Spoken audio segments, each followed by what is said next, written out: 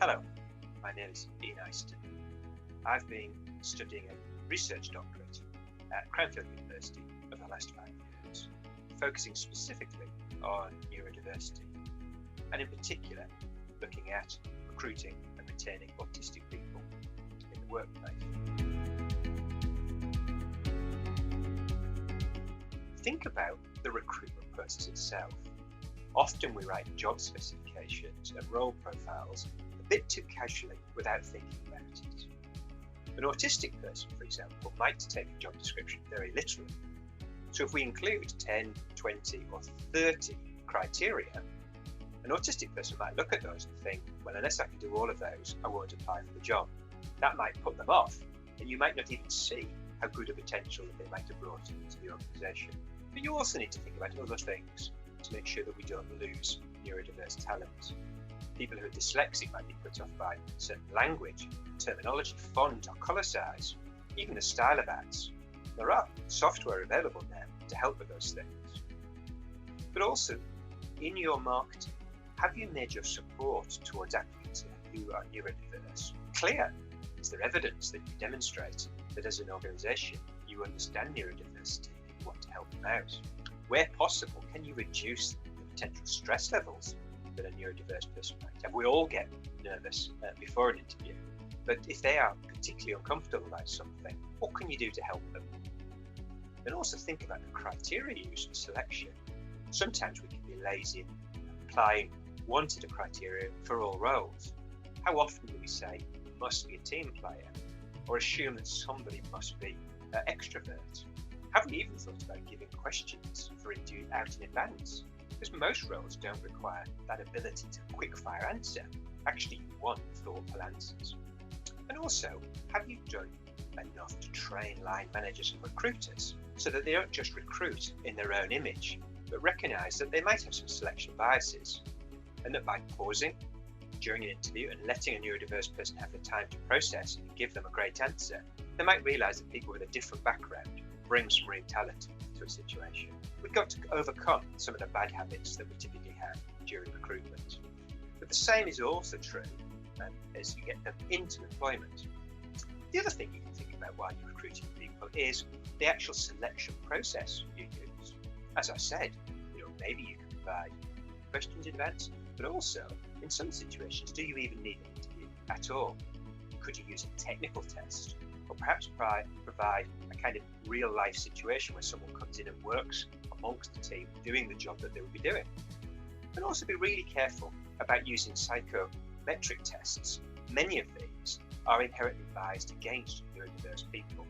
Try and look for something like the Cambridge Code, which uses a psychoanalytical assessment, which is much less likely to be biased. And don't exclude candidates because there's a gap in their CV. Often neurodiverse people have difficulties going through the education process, and they might not have the perfect CV, but might be very capable of doing the role. And think about the logistics of the interview. Have you made it easy for them to find you? Have you thought about some of the sensory challenges that many autistic people have? They might not like bright lights, or being facing a window, or even just being sat too close to someone. Can you make sure that the setup makes them at ease as much as possible?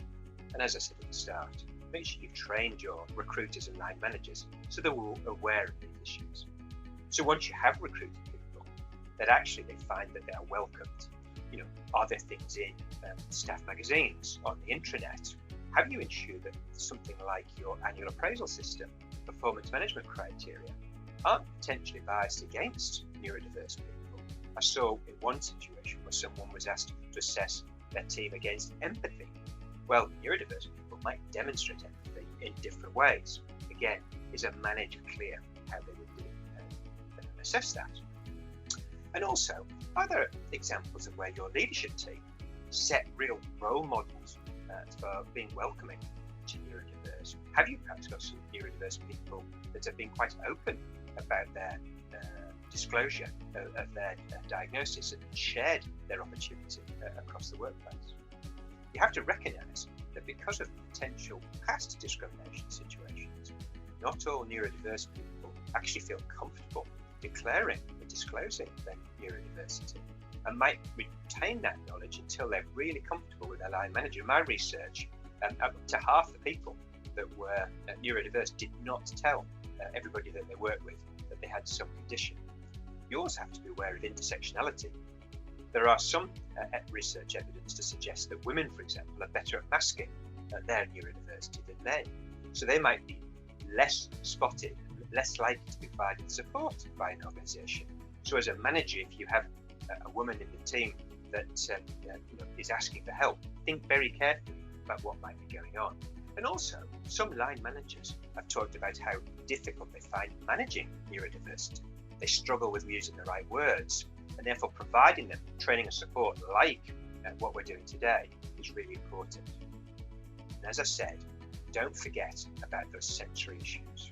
For many neurodiverse people, the range of those issues and exactly how they impact other people is incredible, and therefore do what you can to make it easy for the individual to raise it and for the manager to do something about it.